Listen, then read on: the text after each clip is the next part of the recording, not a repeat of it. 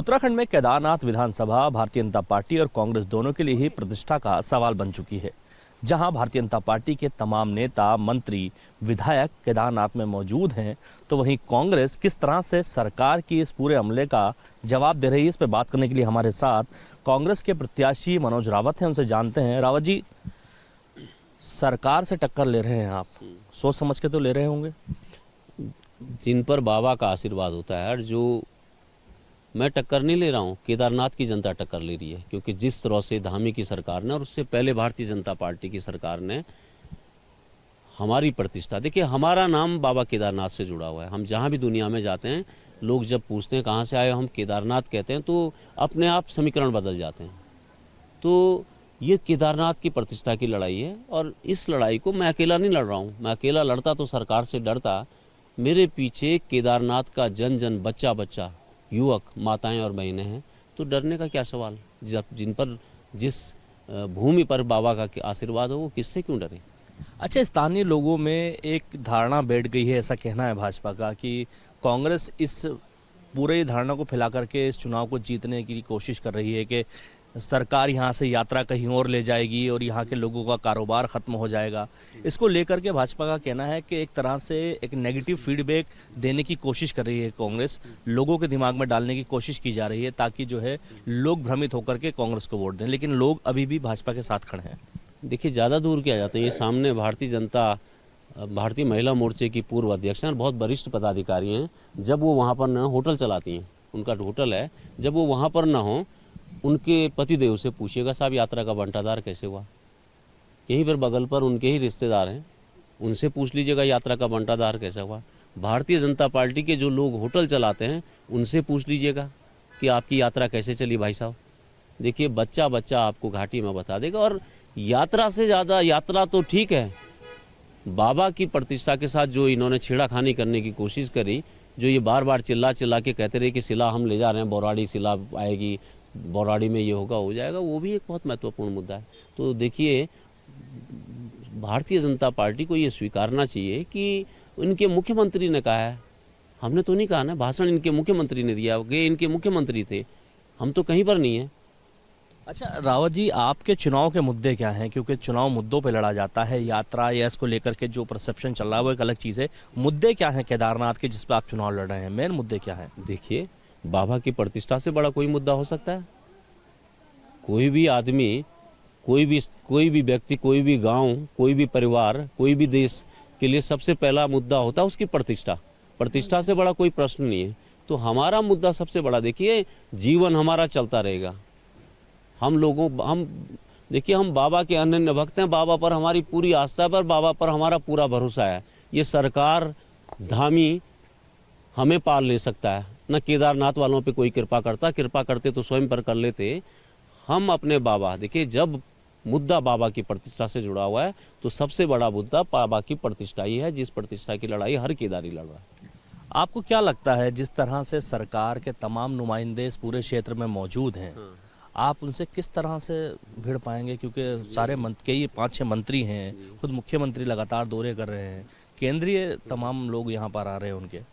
नहीं, मंत्री, मुख्यमंत्री के अलावा अधिकारियों की फौज लगा करके भी जब मुख्यमंत्री ने 5 महीने में, मैं ये जो घोषणाएं देख रहा हूँ, ये इन घोषणाओं का कहीं कोई शासनादेश दिखा दे। देखिए, मुझे ये लग रहा है, देखिए, पहले तो मंत्रियों की बात करूँ, एक से एक बेहतरीन प्रतिभाएं यहाँ घुमा रहे हैं, जिनको CBI की जिनकी जांच चल रही है। अरे लहसुन, प्याज, अदरक के बीज खा करके यहाँ क्या प्रचार करोगे? वो तो फिर आपके हरक सिंह रावत की भी चल रही है, ED और CBI की। हरक सिंह की चल रही हो, हरक सिंह जी जवाब देंगे। हरक सिंह सरकार में नहीं है, लेकिन ये सरकार का जो अमला चल रहा है ना, हरक सिंह जी की बात हरक सिंह करें और ये सरकार की बात करें। देखिए, मुख्यमंत्री जो मंत्री घूम रहे हैं, मंत्रियों की सभाओं में 5 लोग नहीं मिल रहे, लोग बात करने को तैयार नहीं है। तो मेरा ये कहना है कि मंत्रियों के अलावा अधिकारियों को लगा करके, मुझे तो ये लगता है ये सब मिल करके धामी को निपटा रहे हैं।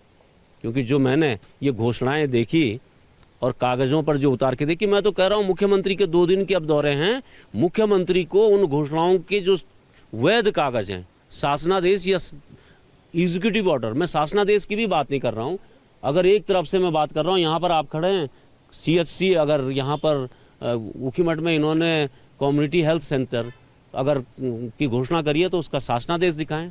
अरे आप यहाँ संस्थानों की बात करते हैं, अगस्त मुनि में आकर के 5 करोड़ का तंबू लगा करके एक संस्थान खोलते हैं इस जिले में, वो भी रुद्रप्रयाग में खोलते हैं। हम रुद्रप्रयाग के लिए धन्यवाद देते हैं कि रुद्रप्रयाग में खोलते हैं, लेकिन जो हमारे लोगों ने है साहब, गढ़तरा में सैकड़ों नाली ज़मीन नर्सिंग कॉलेज के लिए दी थी, कहाँ ले गए आप वो नर्सिंग कॉलेज? मुख्यमंत्री जी, हिम्मत है आप में।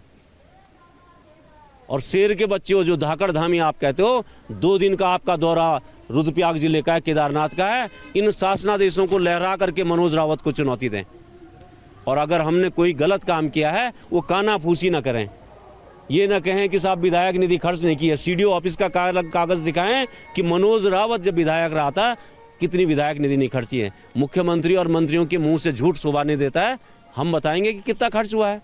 अच्छा रावत जी, मेरा एक आखिरी सवाल है, आप अपनी जीत को लेकर कितने आश्वस्त हैं, क्या लग रहा है आपको? देखिए, बाबा का आशीर्वाद हो तो हम कोई चिंता ही नहीं, हमें कोई चिंता नहीं।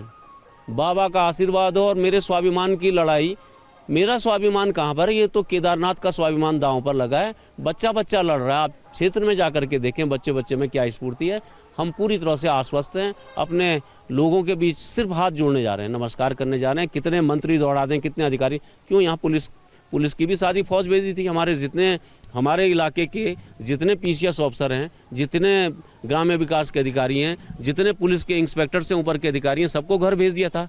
अब दरोगा ही अगर चुनाव जिता देते तो रिटायरमेंट के बाद सारे डीजी मुख्यमंत्री बनते ना, लाले पड़ जाते हैं डीजीओं के विधायक का टिकट लेने के लिए। तो मुख्यमंत्री को समझ लेना चाहिए, ये डीजीओं को, ये डीआईजीओं को, आईजीओं को लगा करके वो सरकार में कुछ गुंडे बदमाशों को डरा सकते हैं। ये केदारियों को रिझाने और डराने के लिए ये काम नहीं आएंगे।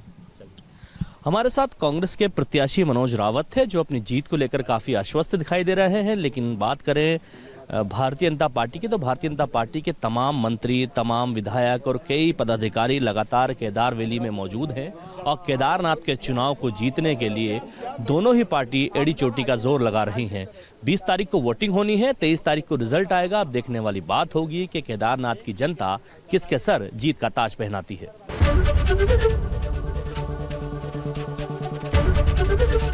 एबीपी गंगा, खबर आपकी, जुबान आपकी।